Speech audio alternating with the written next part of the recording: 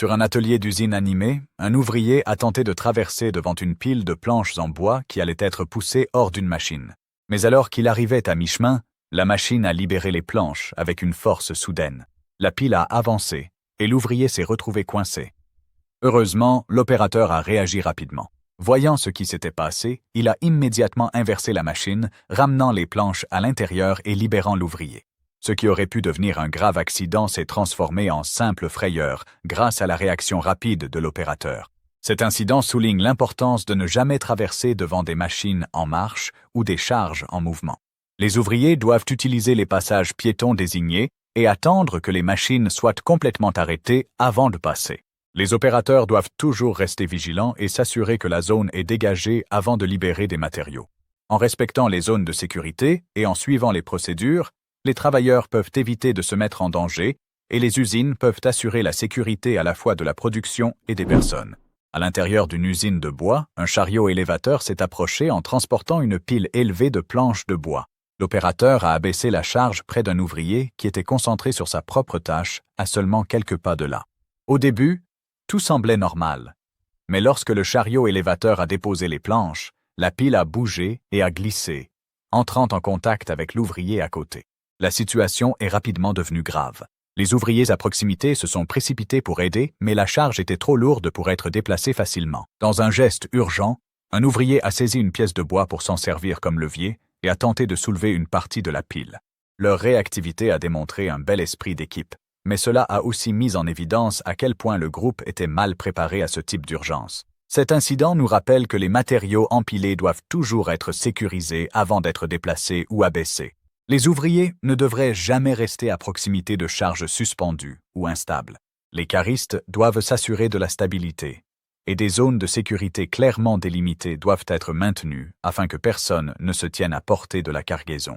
En cas d'urgence, des procédures formées et un équipement de levage approprié sont bien plus efficaces que des méthodes improvisées. En planifiant à l'avance, en maintenant une communication claire et en respectant la puissance des charges lourdes, les lieux de travail peuvent prévenir les accidents et assurer la sécurité de tous. Dans une zone de travail animée, plusieurs ouvriers étaient concentrés sur leurs tâches. Un ouvrier soudait, travaillant minutieusement sur une pièce métallique. Non loin de là, un autre ouvrier était assis sur une bouteille de gaz, la traitant comme un simple siège en attendant. Au début, tout semblait normal, et l'équipe poursuivait ses tâches sans inquiétude. Mais soudain, sans avertissement, la bouteille a commencé à fuir. Le gaz sous pression s'est échappé rapidement et la bouteille s'est mise à se déplacer avec force sur le sol.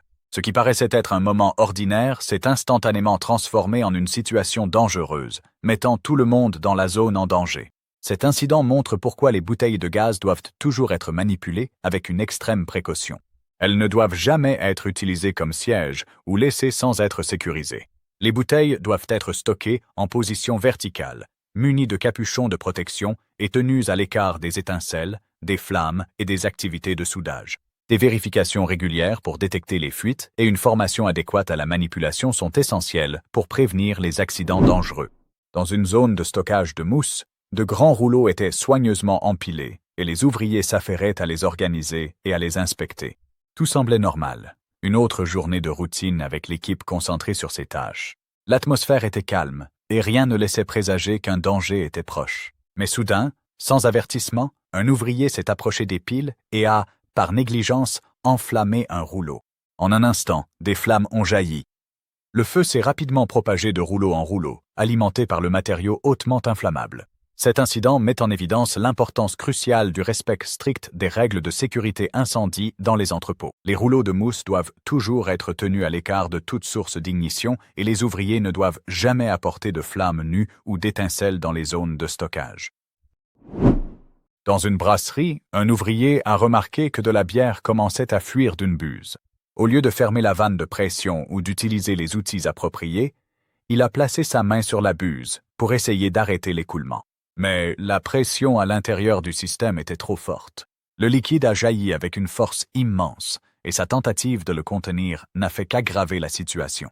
Le résultat fut non seulement une perte de produit, mais aussi un risque d'endommagement du matériel et des conditions de travail dangereuses. Cet incident montre pourquoi il n'est jamais sûr de compter sur des solutions de fortune lorsqu'on travaille avec des équipements sous haute pression. Les vannes, les joints et les régulateurs de pression doivent toujours être correctement entretenus. Et seules les procédures de sécurité appropriées doivent être utilisées pour contrôler les fuites. Les travailleurs doivent être formés à arrêter le système plutôt que d'utiliser leurs mains ou leur corps pour bloquer l'écoulement. Dans une usine de papier, un ouvrier s'est approché d'une grande machine à rouleaux qui était encore en fonctionnement. En essayant d'ajuster quelque chose près des rouleaux en mouvement, il a placé sa main trop près. Les rouleaux ont immédiatement entraîné sa main dans le mécanisme.